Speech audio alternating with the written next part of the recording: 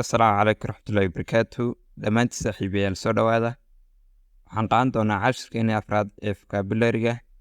Intaynaan cashirkeena gudbin, fadlan haddaadan channelka subscribe dheh. Sidoo kale cashirka like garee soo gaadha arday badan oo xiiseynaysa barashada luqadda Ingiriishka. Soo dhowaada cashirkeena maanta. Numberka horeeya cashirkeena wuxuu noqonayaa appear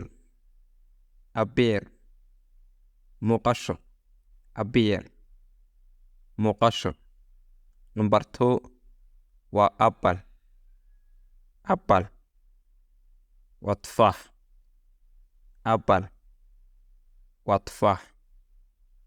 Number 3 wuxuu noqonayaa area waa goob. Number 4 wuxuu noqonayaa arm waa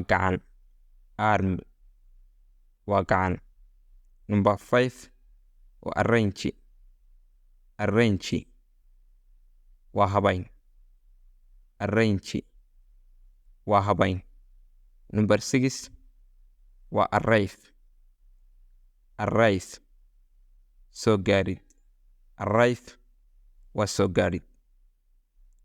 Number 7 waa farshaxan.